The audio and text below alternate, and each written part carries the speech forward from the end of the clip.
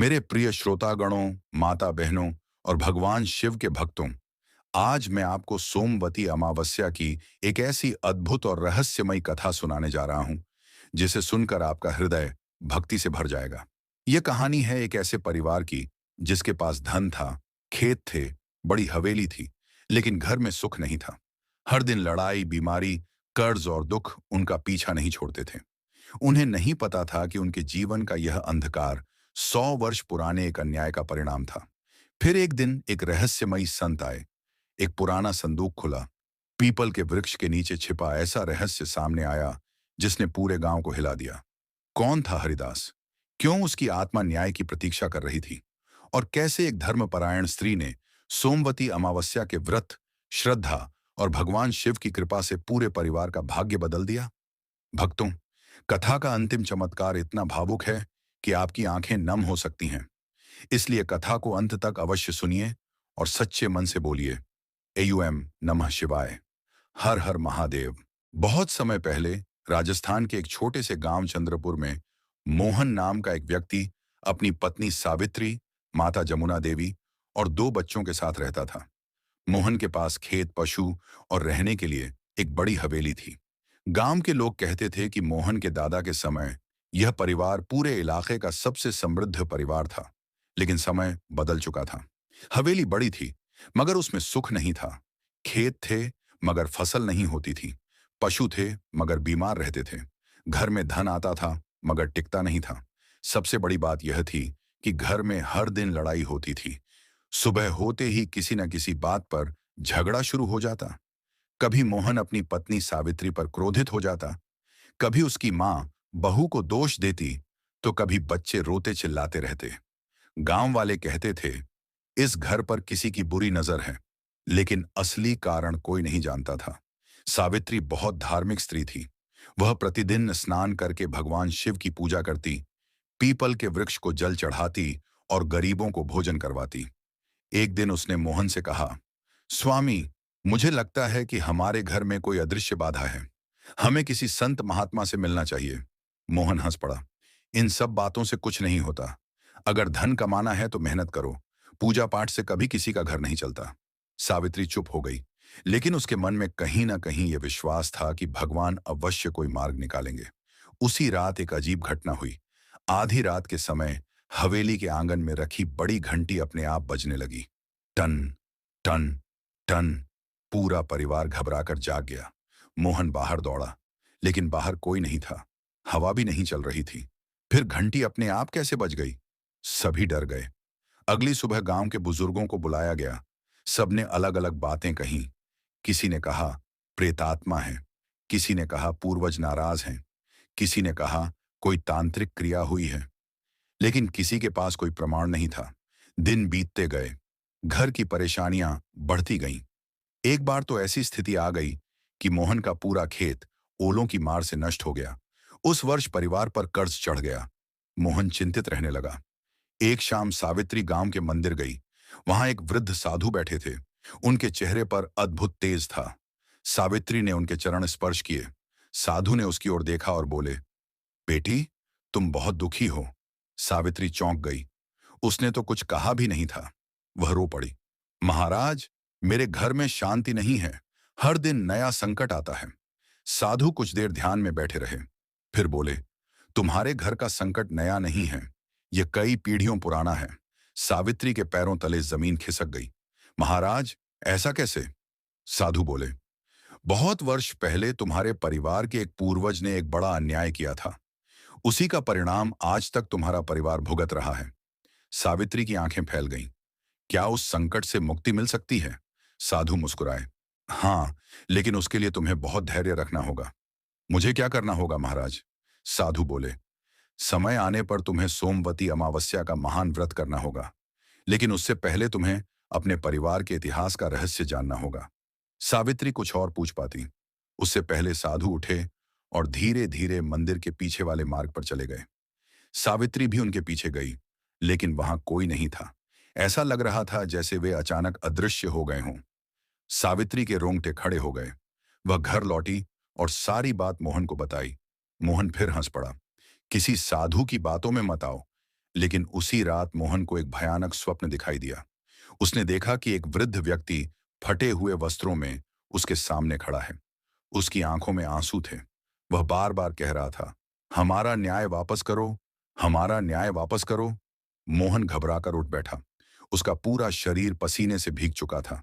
उसने पहली बार महसूस किया कि शायद सावित्री सही कह रही थी। अगले दिन वह स्वयं उस मंदिर पहुंचा, लेकिन वहां कोई साधु नहीं था। मंदिर के पुजारी ने बताया, बेटा, यहां कई वर्षों से कोई साधु नहीं आया। मोहन स्तब्ध रह गया। फिर सावित्री ने जिस साधु का वर्णन किया था वह बताया। पुजारी का चेहरा पीला पड़ गया। वे बोले, यह तो उस महात्मा का वर्णन है जिनकी समाधि यहां 100 वर्ष पहले बनी थी। मोहन के हाथ कांपने लगे। क्या सावित्री को वास्तव में किसी दिव्य संत के दर्शन हुए थे? और उनके परिवार के पूर्वजों ने ऐसा कौन सा अन्याय किया था जिसकी सजा आज तक पूरी पीढ़ी भुगत रही थी? उधर हवेली के पुराने तहखाने में वर्षों से बंद पड़ा एक संदूक अचानक अपने आप खुल गया, और उसी संदूक में छिपा था वह रहस्य जो मोहन के परिवार का भाग्य बदलने वाला था। रात का अंतिम पहर था। चारों ओर सन्नाटा पसरा हुआ था।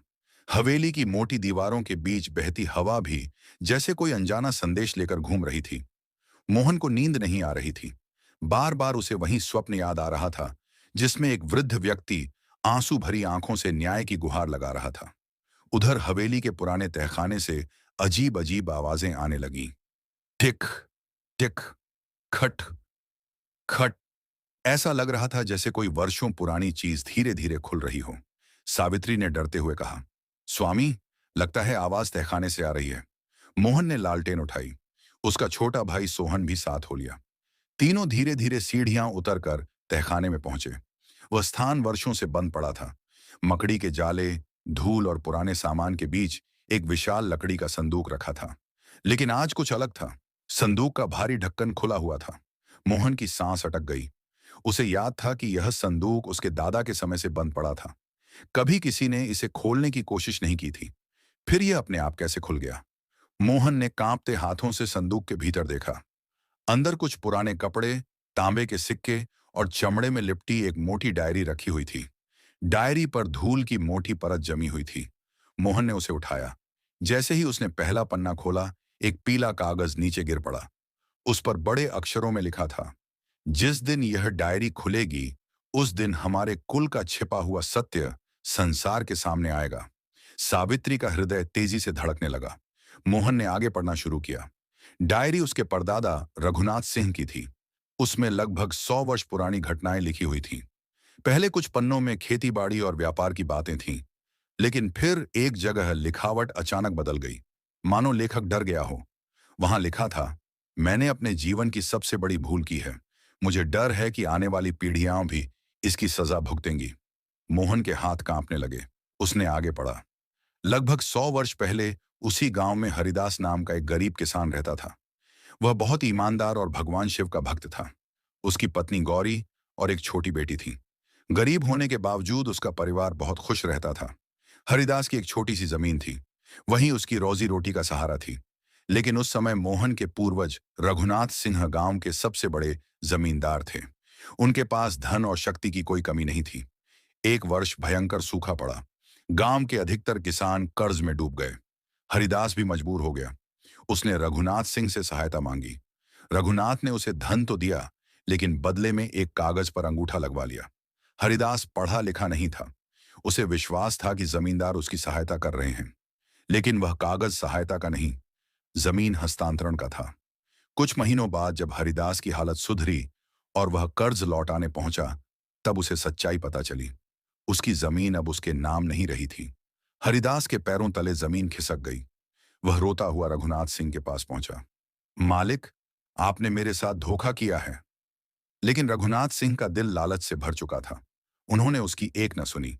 गांव के लोग भी जमींदार के डर से कुछ नहीं बोले। कुछ दिनों बाद हरिदास की पत्नी बीमारी से चल बसी। फिर उसकी छोटी बेटी भी संसार छोड़ गई। हरिदास पूरी तरह टूट गया।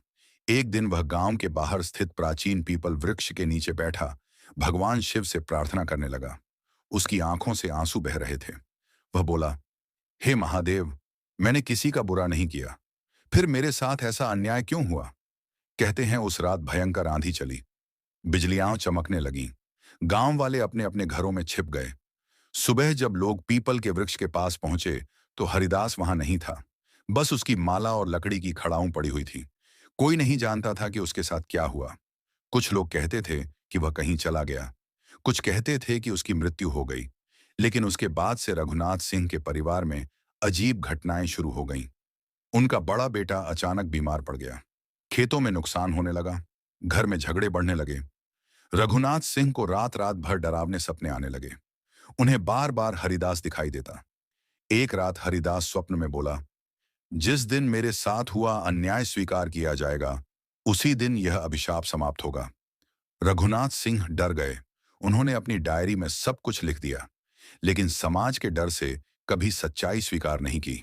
डायरी के अंतिम पन्ने पर एक और रहस्य लिखा था, मेरे पाप का प्रायश्चित केवल एक विशेष सोमवती अमावस्या पर ही संभव होगा। उस दिन यदि हमारे कुल की कोई स्त्री पूर्ण श्रद्धा से व्रत रखे, पीपल की 108 परिक्रमा करे और किसी पीड़ित व्यक्ति की सहायता करे, तभी यह अभिशाप समाप्त होगा। यह पढ़ते ही तहखाने में अचानक तेज हवा चलने लगी। लालटेन की लौ कांप उठी और तभी संदूक के नीचे छिपा एक और कागज बाहर निकल आया। उस कागज पर हाथ से बनाया गया एक नक्शा था। नक्शे में गांव के बाहर स्थित उसी प्राचीन पीपल वृक्ष का चित्र बना हुआ था और उसके नीचे लाल स्याही से लिखा था, सत्य अभी पूरा नहीं मिला है। हरिदास का अंतिम रहस्य पीपल के नीचे छिपा है। मोहन, सावित्री और सोहन एक दूसरे का चेहरा देखने लगे। क्या हरिदास सचमुच गायब हुआ था या उसके साथ कुछ और हुआ था? उस पीपल के नीचे ऐसा कौन सा रहस्य छिपा था जो पूरे परिवार की किस्मत बदल सकता था? और सबसे बड़ा प्रश्न, क्या आने वाली सोमवती अमावस्या वास्तव में उस 100 वर्ष पुराने अभिशाप को समाप्त कर पाएगी? उधर उसी समय गांव के बाहर खड़े उस प्राचीन पीपल वृक्ष की एक सूखी शाखा अचानक अपने आप हिलने लगी, मानो कोई अदृश्य शक्ति वर्षों बाद जाग उठी हो। संदूक से मिला नक्शा देखकर मोहन, सावित्री और सोहन पूरी रात सो नहीं पाए। हवेली के हर कोने में जैसे कोई अदृश्य उपस्थिति महसूस हो रही थी। कभी खिड़की अपने आप खड़कती, कभी आंगन में पायल जैसी ध्वनि सुनाई देती, लेकिन जब कोई बाहर जाकर देखता, वहां कोई नहीं होता। अगली सुबह सूरज निकलते ही तीनों गांव के बाहर स्थित उस प्राचीन पीपल वृक्ष की ओर चल पड़े। वह पीपल साधारण वृक्ष नहीं था। गांव के सबसे बुजुर्ग लोग कहते थे कि वह वृक्ष सैकड़ों वर्षों पुराना है। उसके नीचे अनेक संतों ने तपस्या की थी। गांव में जब भी कोई बड़ी विपत्ति आती, लोग वहीं जाकर प्रार्थना करते। जैसे जैसे वे वृक्ष के निकट पहुंचे, वातावरण बदलने लगा। हवा ठंडी हो गई, पक्षियों की आवाजें अचानक शांत हो गईं, मानो प्रकृति स्वयं किसी रहस्य को छुपाए बैठी हो। सावित्री ने श्रद्धा से हाथ जोड़ लिए। मोहन ने नक्शा निकाला और ध्यान से देखने लगा। नक्शे में पीपल के तने के पास एक विशेष निशान बना था। उन्होंने उसी स्थान की मिट्टी हटानी शुरू की। कुछ देर बाद फावड़ा किसी कठोर वस्तु से टकराया। ठक! मोहन का दिल तेजी से धड़कने लगा। थोड़ी और खुदाई की गई। मिट्टी के भीतर एक पुराना तांबे का पात्र दबा हुआ मिला। उस पर मोटी जंग लगी थी। सावित्री ने कांपते हाथों से उसे साफ किया। पात्र के ऊपर भगवान शिव का त्रिशूल बना हुआ था। मोहन ने धीरे से उसे खोला। अंदर एक छोटी सी कपड़े की पोटली और कुछ पुराने कागज रखे थे। कागज खोलते ही सबकी आंखें फैल गईं। वह हरिदास की अपनी लिखावट थी। हालांकि वह अधिक पढ़ा लिखा नहीं था, फिर भी उसने अपने जीवन की कुछ बातें किसी की सहायता से लिखवाई थीं। पहले पन्ने पर लिखा था, यदि यह पत्र कभी किसी को मिले तो समझ लेना कि सत्य सामने आने का समय आ गया है। मोहन के हाथ कांपने लगे। वह आगे पढ़ने लगा। पत्र में हरिदास ने लिखा था कि उसकी जमीन छिन जाने के बाद वह टूट गया था, लेकिन उसके मन में जमींदार के लिए घृणा नहीं थी। वह केवल न्याय चाहता था। वह प्रतिदिन पीपल के नीचे बैठकर भगवान शिव का ध्यान करता था। एक दिन ध्यान करते समय उसे एक तेजस्वी संत के दर्शन हुए। संत ने उससे कहा, हरिदास, तुम्हारे साथ अन्याय हुआ है, परंतु क्रोध मत करना। अन्याय का उत्तर अन्याय से नहीं दिया जाता। हरिदास ने पूछा, महाराज, फिर मुझे क्या करना चाहिए? संत बोले, धैर्य रखो, समय आने पर सत्य स्वयं प्रकट होगा। पत्र के अगले पन्नों में एक और चौंकाने वाली बात लिखी थी। हरिदास ने बताया कि जमींदार के एक सेवक ने उसे गुप्त रूप से सारी सच्चाई बता दी थी। उस सेवक को अपने मालिक के कर्मों पर पछतावा था। उसी ने बताया कि जमीन धोखे से हड़पी गई थी। लेकिन गांव में कोई भी जमींदार के विरुद्ध बोलने का साहस नहीं कर सकता था। हरिदास ने फिर भी बदला लेने की नहीं सोची। उसने केवल भगवान पर भरोसा रखा। फिर एक दिन उसे ध्यात हुआ कि आने वाली सोमवती अमावस्या अत्यंत दुर्लभ है। उसी रात उसने पीपल के नीचे व्रत और तपस्या आरंभ की। कहते हैं उसने लगातार कई दिनों तक केवल जल पर रहकर भगवान शिव और माता पार्वती का स्मरण किया। और फिर सोमवती अमावस्या की रात एक चमत्कार हुआ। आकाश में बादल छा गए, तेज हवाएं चलने लगीं, पीपल के पत्ते जोर जोर से हिलने लगे। उसी समय हरिदास को दिव्य प्रकाश दिखाई दिया। उस प्रकाश में भगवान शिव और माता पार्वती के दर्शन हुए। पत्र में लिखा था, मैंने अपने जीवन में ऐसा तेज कभी नहीं देखा था। मेरी आंखों से आंसू बहने लगे। भगवान शिव ने कहा, हरिदास, तुम्हारे साथ अन्याय हुआ है, लेकिन तुम्हारे हृदय में द्वेष नहीं है, इसलिए तुम्हारा नाम हमारे भक्तों में अमर रहेगा। माता पार्वती ने कहा, जिस कुल ने तुम्हारे साथ अन्याय किया है वह तब तक अशांत रहेगा जब तक उसके वंशज अपने पूर्वजों के पाप को स्वीकार कर प्रायश्चित नहीं करेंगे। फिर भगवान शिव ने एक भविष्यवाणी की। कई वर्षों बाद उसी कुल में एक ऐसी स्त्री जन्म लेगी जो श्रद्धा और भक्ति में अद्वितीय होगी। वही इस अभिशाप को समाप्त करेगी। ये पढ़ते ही सावित्री की आंखों में आंसू भर आए। क्या वह स्त्री वही थी? क्या यह भविष्यवाणी उसके लिए थी? पत्र का अंतिम भाग और भी रहस्यमय था। उसमें लिखा था, मैं संसार छोड़कर जा रहा हूं, लेकिन मेरी आत्मा किसी से बदला नहीं चाहती। मैं केवल चाहता हूं कि सत्य प्रकट हो और अन्याय स्वीकार किया जाए। इसके बाद पत्र समाप्त हो गया। कुछ देर तक वहां गहरा मौन छाया रहा। तभी अचानक पीपल के पत्तों में तेज सरसराहट होने लगी। मोहन ने ऊपर देखा। उसे लगा जैसे वृक्ष के पीछे कोई सफेद वस्त्रधारी व्यक्ति खड़ा है। वह दौड़कर वहां पहुंचा, लेकिन वहां कोई नहीं था। केवल एक छोटी सी रुद्राक्ष की माला पड़ी हुई थी। सावित्री ने माला उठाई और अपने माथे से लगा ली। उसी क्षण उसके मन में एक अद्भुत शांति उतर आई। उधर गांव में एक नई समस्या शुरू हो चुकी थी। कई घरों के पशु अचानक बीमार पड़ने लगे। कुओं का पानी कम होने लगा। लोग भयभीत हो उठे। गांव के बुजुर्गों ने कहा, यह कोई सामान्य घटना नहीं है। इसी बीच मंदिर के पुजारी ने घोषणा की कि कुछ ही दिनों बाद अत्यंत पवित्र सोमवती अमावस्या आने वाली है। उन्होंने बताया, जब अमावस्या सोमवार को पड़ती है उसे सोमवती अमावस्या कहते हैं। इस दिन पीपल पूजन, भगवान शिव की आराधना और दान पुण्य का फल अनेक गुना बढ़ जाता है। गांव में यह समाचार फैल गया, लेकिन किसी को नहीं पता था कि इस बार की सोमवती अमावस्या केवल एक पर्व नहीं, बल्कि 100 वर्ष पुराने अभिशाप का निर्णायक दिन बनने वाली थी। उधर उसी रात सावित्री को एक अद्भुत स्वप्न दिखाई दिया। उसने देखा कि वही तेजस्वी संत उसके सामने खड़े हैं।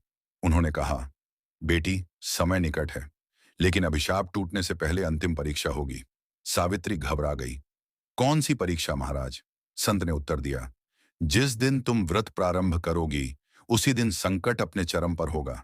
यदि तुम्हारा विश्वास डगमगाया तो सब कुछ फिर से अंधकार में डूब जाएगा। इतना कहकर संत अदृश्य हो गए। सावित्री की नींद खुल गई। उसका हृदय तेजी से धड़क रहा था। उसे समझ आ गया था कि आने वाले दिन साधारण नहीं होने वाले। एक ओर भगवान की कृपा थी, दूसरी ओर 100 वर्षों का अभिशाप, और अब भाग्य ने उसे उस संघर्ष का केंद्र बना दिया था। पीपल वृक्ष के नीचे मिले पत्र और संत के स्वप्न के बाद से सावित्री का मन विचलित था। उसे बार बार वही शब्द याद आते, अभिशाप टूटने से पहले अंतिम परीक्षा होगी। वह समझ नहीं पा रही थी कि वह परीक्षा कैसी होगी, लेकिन दूसरी ओर उसके भीतर एक अजीब सा साहस भी जाग चुका था। उसे लगने लगा था कि भगवान ने किसी विशेष उद्देश्य से उसे चुना है। उधर गांव में दिन ब दिन अजीब घटनाएं बढ़ने लगीं।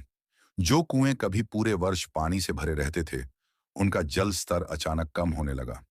पशु बीमार पड़ रहे थे। कई किसानों की फसल पर कीड़े लग गए। बच्चे बार बार बीमार पड़ने लगे। गांव के बुजुर्गों ने ऐसी स्थिति पहले कभी नहीं देखी थी। एक शाम पंचायत बुलाई गई। सभी लोग चौपाल में इकट्ठा हुए। हर व्यक्ति के चेहरे पर चिंता थी। तभी गांव के सबसे वृद्ध व्यक्ति बाबा राम नारायण उठे और बोले, यह केवल प्राकृतिक विपत्ति नहीं है। मुझे लगता है कि कोई पुराना अधूरा कर्म अपना फल मांग रहा है। सभी लोग चुप हो गए, क्योंकि बाबा की बातों को गांव में बहुत सम्मान दिया जाता था। मोहन के मन में तुरंत हरिदास की कहानी घूम गई। लेकिन वह अभी भी पूरी सच्चाई किसी को बताने का साहस नहीं जुटा पा रहा था। उसी रात एक और घटना हुई। मोहन के छोटे बेटे गोपाल को अचानक तेज बुखार आ गया। वैद्य को बुलाया गया, दवा दी गई, लेकिन बुखार उतरने का नाम नहीं ले रहा था। 3 दिन बीत गए। गोपाल की हालत बिगड़ती चली गई। सावित्री दिन रात उसके पास बैठी रहती। वह भगवान शिव से प्रार्थना करती, हे भोलेनाथ, मेरे बच्चे को बचा लीजिए। लेकिन बुखार और बढ़ता गया। एक रात गोपाल बेहोश हो गया। घर में कोहराम मच गया। मोहन पहली बार पूरी तरह टूट गया। वह आंगन में बैठकर रोने लगा। उसे लगा जैसे उसका संसार बिखर रहा है। उसी समय हवेली के मुख्य द्वार पर किसी ने दस्तक दी। थक थक थक। रात का दूसरा पहर था। इतनी रात को कौन आया होगा? मोहन ने दरवाजा खोला। बाहर एक वृद्ध सन्यासी खड़े थे। उनके चेहरे पर वही दिव्य तेज था जो सावित्री ने मंदिर वाले संत में देखा था। सावित्री उन्हें देखते ही पहचान गई। महाराज! संत मुस्कुराए। उन्होंने कुछ नहीं कहा, बस घर के भीतर आए और सीधे गोपाल के पास पहुंचे। उन्होंने बच्चे के सिर पर हाथ रखा, फिर अपनी कमंडल से कुछ जल निकालकर उसके माथे पर छिड़क दिया। अगले ही क्षण गोपाल ने आंखें खोल दी। सभी लोग आश्चर्य से स्तब्ध रह गए। जो बच्चा कई दिनों से बेहोश था, वह अचानक उठकर बैठ गया। सावित्री की आंखों से आंसू बह निकले। वह संत के चरणों में गिर पड़ी। महाराज, आप कौन हैं? संत ने शांत स्वर में कहा, मैं केवल भगवान का सेवक हूं। फिर उन्होंने मोहन की ओर देखा। सत्य को जितना छिपाओगे, संकट उतना बढ़ेगा। मोहन का सिर झुक गया। वह समझ गया कि बात हरिदास और उसके पूर्वजों के पाप की हो रही है। संत ने आगे कहा, अब समय आ गया है कि पूरा गांव सच्चाई जाने। अगली सुबह संत गांव की चौपाल पहुंचे। पूरा गांव इकट्ठा हो गया। मोहन कांपते हुए आगे बढ़ा। उसने संदूक, डायरी और हरिदास के पत्र की सारी बातें सबको बता दी। चौपाल में सन्नाटा छा गया। कई लोगों की आंखें भर आईं। बुजुर्गों ने स्वीकार किया कि उनके दादा परदादा भी उस घटना के बारे में फुसफुसाकर बातें करते थे, लेकिन किसी ने कभी खुलकर कुछ नहीं कहा था। तभी संत बोले, अन्याय केवल करने वाला ही नहीं, उसे देखकर मौन रहने वाला भी भुगतता है। गांव वालों के सिर शर्म से झुक गए। संत ने आगे कहा, अब प्रायश्चित का समय है। आने वाली सोमवती अमावस्या पर पूरे गांव को एक साथ धर्म, दान और सत्य का संकल्प लेना होगा। सबने सहमति जताई, लेकिन संकट अभी समाप्त नहीं हुआ था। उसी रात गांव पर एक भयंकर आंधी आई। आकाश काले बादलों से भर गया। बिजलियां चमकने लगीं। तेज हवाएं चलने लगीं। लोग अपने घरों में छिप गए। आधी रात के समय पीपल वृक्ष पर बिजली गिरी। पूरा गांव डर गया। सुबह जब लोग वहां पहुंचे तो देखा कि वृक्ष का एक बड़ा भाग जल चुका था। लोगों की आंखों में भय भर गया। क्या यह अशुभ संकेत है? किसी ने कहा। तभी संत वहां पहुंचे। उन्होंने वृक्ष को ध्यान से देखा, फिर मुस्कुराए। नहीं, यह विनाश नहीं, परिवर्तन का संकेत है। लेकिन उसी समय एक और चौंकाने वाली बात सामने आई। बिजली गिरने से पीपल के तने का एक हिस्सा टूट गया था। उसके भीतर एक छोटी सी गुफानुमा जगह दिखाई दे रही थी। गांव वालों ने भीतर झांका। अंदर पत्थर की एक प्राचीन शिवलिंग स्थापित थी। सभी आश्चर्यचकित रह गए। सैकड़ों वर्षों से वह शिवलिंग वृक्ष के भीतर छिपी हुई थी। संत ने कहा, यही वह स्थान है जहां हरिदास तपस्या करता था। सावित्री की आंखों से आंसू बह निकले। उसे लगा जैसे भगवान स्वयं धीरे धीरे सारे रहस्य खोल रहे हैं। तभी संत ने उसकी ओर देखा। बेटी, अब तुम्हारी पहली परीक्षा शुरू होती है। सावित्री चौंक गई। महाराज, कैसी परीक्षा? संत बोले, कल से सोमवती अमावस्या का व्रत आरंभ होगा। लेकिन याद रखो, परीक्षा बाहर से नहीं, भीतर से आएगी। सावित्री कुछ समझ नहीं पाई, पर अगले ही दिन उसे इसका अर्थ समझ आने वाला था, क्योंकि उसी रात हवेली में एक ऐसा व्यक्ति आने वाला था जो पूरे परिवार को फिर से बांटने की कोशिश करेगा। और उसकी बातों से वर्षों पुराने लालच, क्रोध और स्वार्थ की आग फिर से भड़क उठेगी। क्या सावित्री अपने परिवार को टूटने से बचा पाएगी? क्या सोमवती अमावस्या का व्रत आरंभ होने से पहले ही सब कुछ बिखर जाएगा?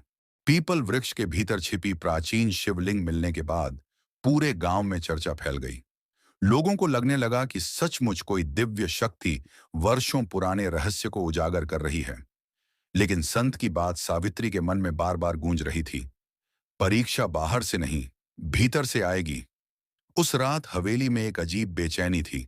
हवा चल रही थी, लेकिन वातावरण भारी था। आधी रात के समय अचानक मुख्य द्वार पर घोड़े की टापों की आवाज सुनाई दी। थक, थक, थक।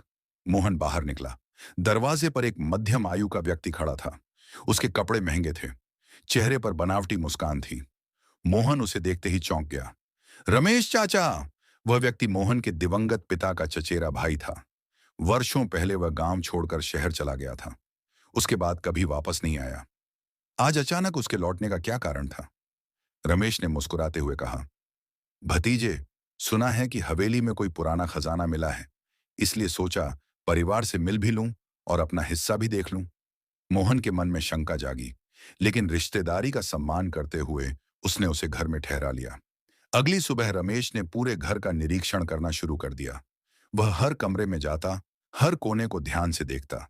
उसकी निगाहें बार बार तहखाने और पुराने संदूक पर टिक जातीं। उधर सावित्री को उसकी आंखों में लालच साफ दिखाई दे रहा था। उसने मोहन से कहा, मुझे इनकी नीयत ठीक नहीं लगती। लेकिन मोहन बोला, आखिर परिवार के ही सदस्य हैं, शायद सचमुच मिलने आए हों। सावित्री चुप हो गई, पर उसके मन की बेचैनी बढ़ती जा रही थी।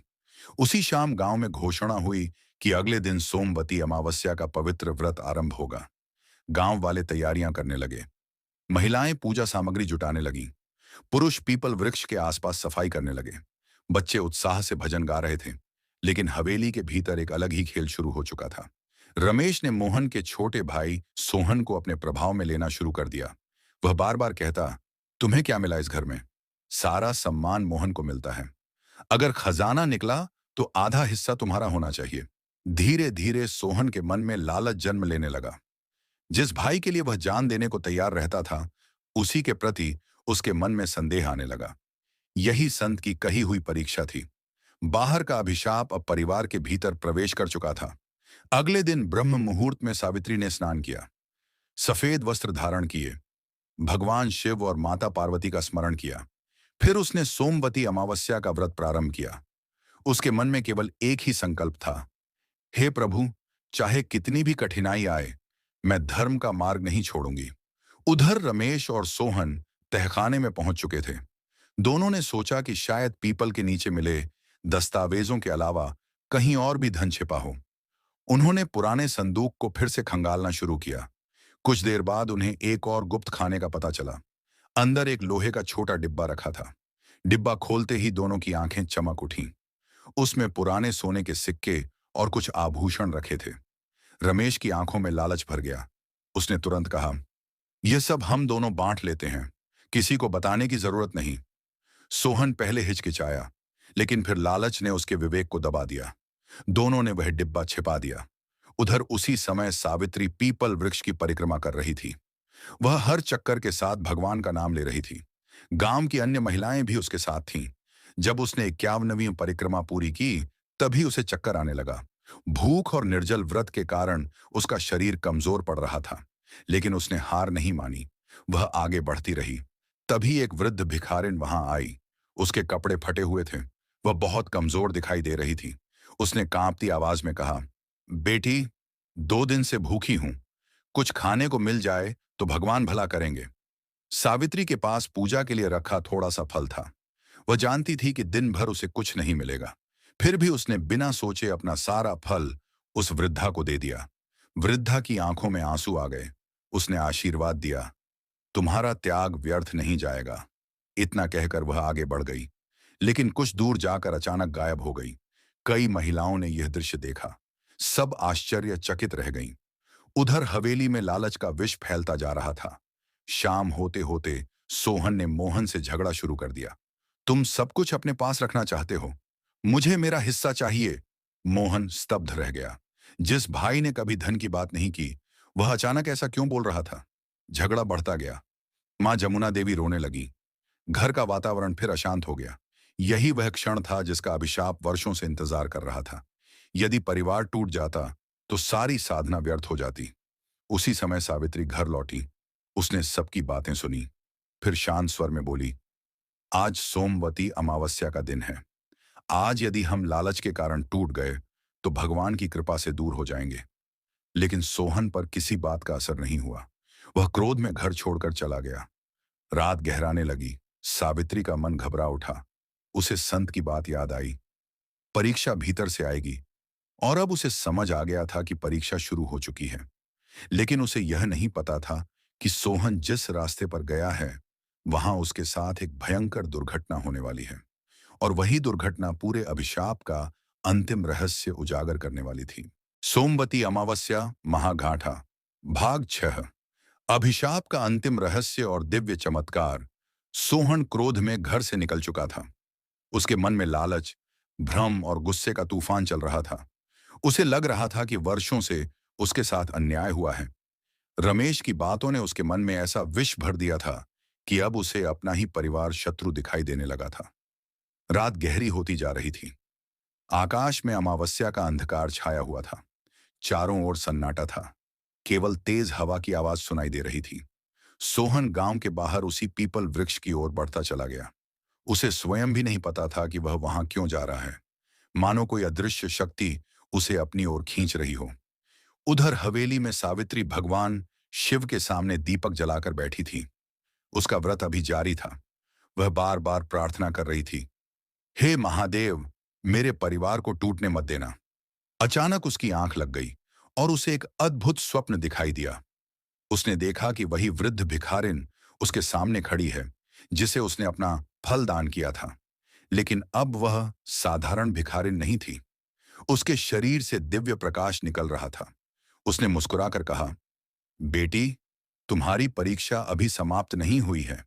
सावित्री ने हाथ जोड़ ली। माता, आप कौन हैं? वृद्धा बोली।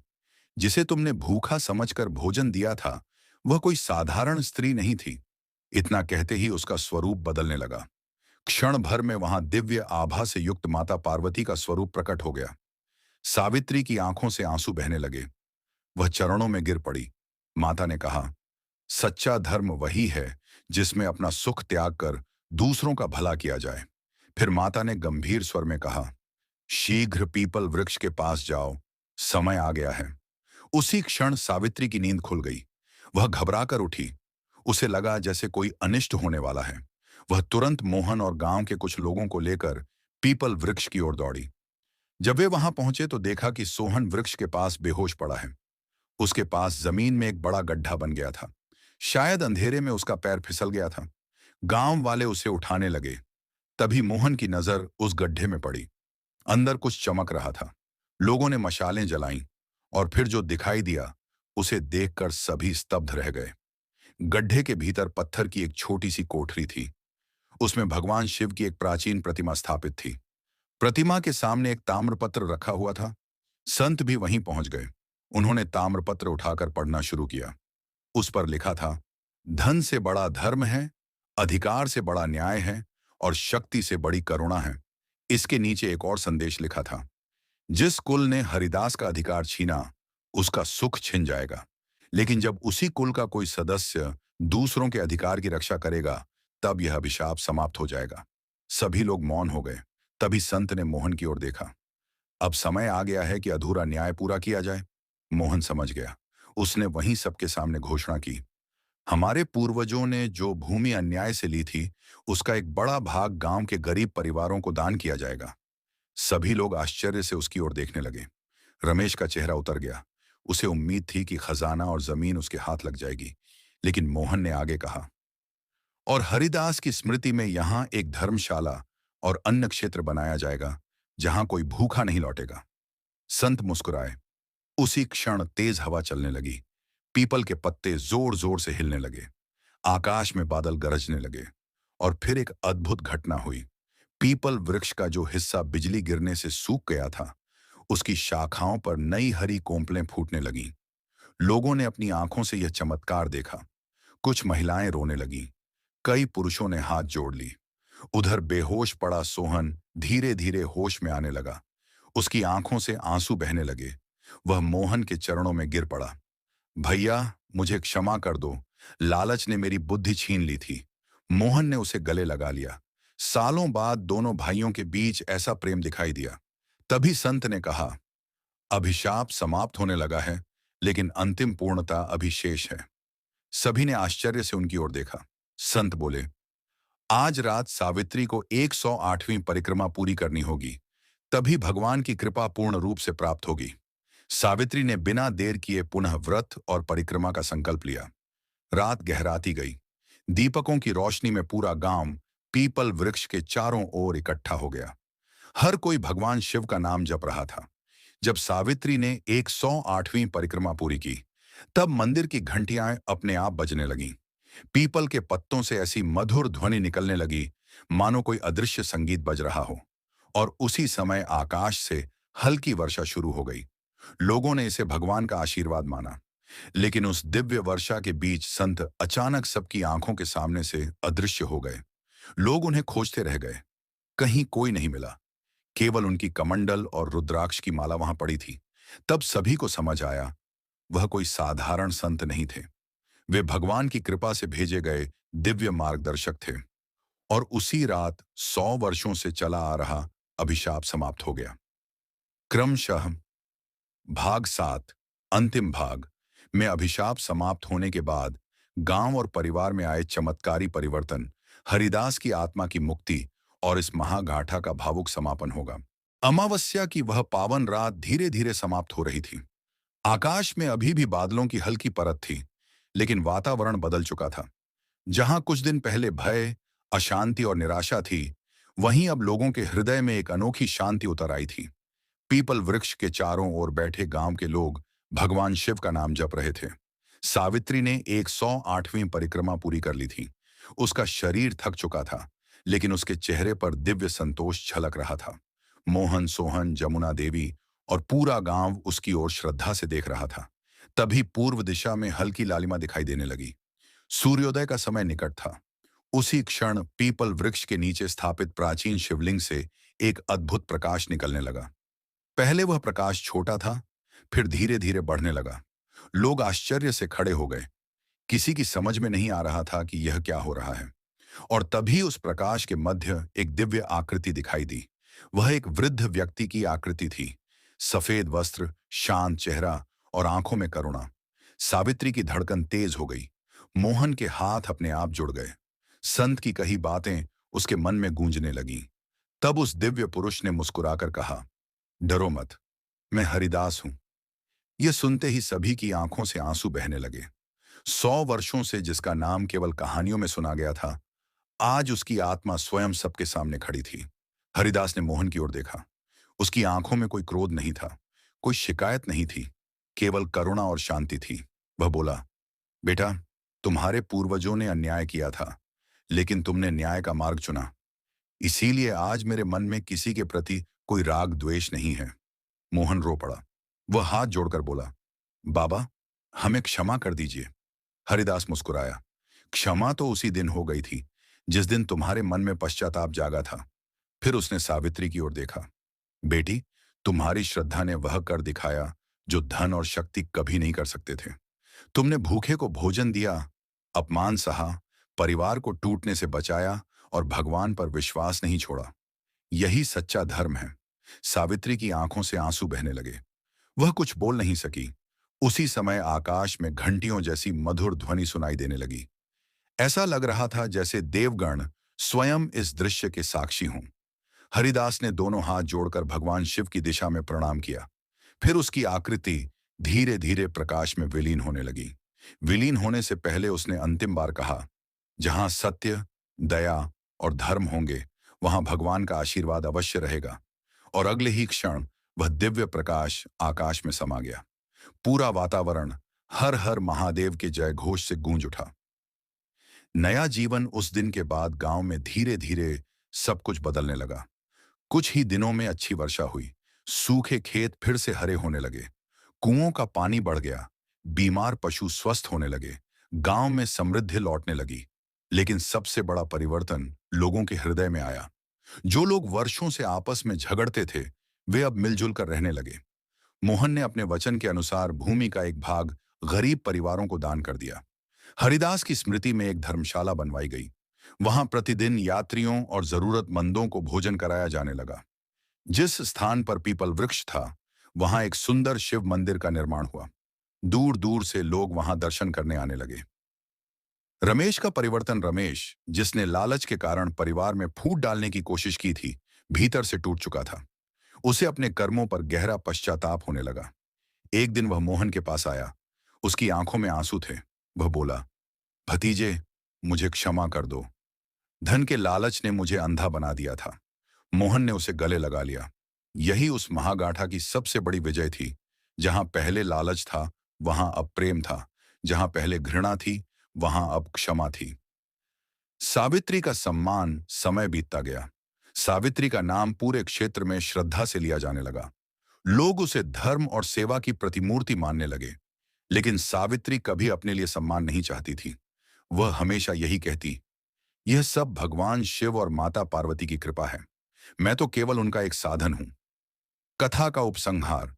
कई वर्षों बाद जब सावित्री वृद्ध हुई, तब एक दिन वह उसी पीपल वृक्ष के नीचे बैठी थी। सूर्य अस्त हो रहा था। हवा में वही मधुर सुगंध थी जो उस चमत्कारी रात को थी। उसने आंखें बंद की और भगवान शिव का स्मरण किया। उसे ऐसा लगा जैसे दूर कहीं से वही दिव्य संत मुस्कुरा रहे हों। वही संत जिन्होंने उसे मार्ग दिखाया था। वही संत जिन्होंने पूरे गांव को अंधकार से प्रकाश की ओर पहुंचाया था। और तभी उसके हृदय में एक वाक्य स्पष्ट रूप से गूंज उठा। सोमवती अमावस्या का व्रत केवल एक उपवास नहीं, बल्कि सत्य, सेवा, क्षमा और श्रद्धा का उत्सव है। जो व्यक्ति इस दिन सच्चे मन से भगवान शिव, माता पार्वती और पीपल देव का पूजन करता है, दान पुण्य करता है, दूसरों की सहायता करता है और अपने मन से अहंकार व द्वेष को दूर करता है, उसके जीवन में सुख, शांति और भगवान की कृपा अवश्य आती है। हर हर महादेव। यूएम नमः शिवाय। सोमवती अमावस्या की जय।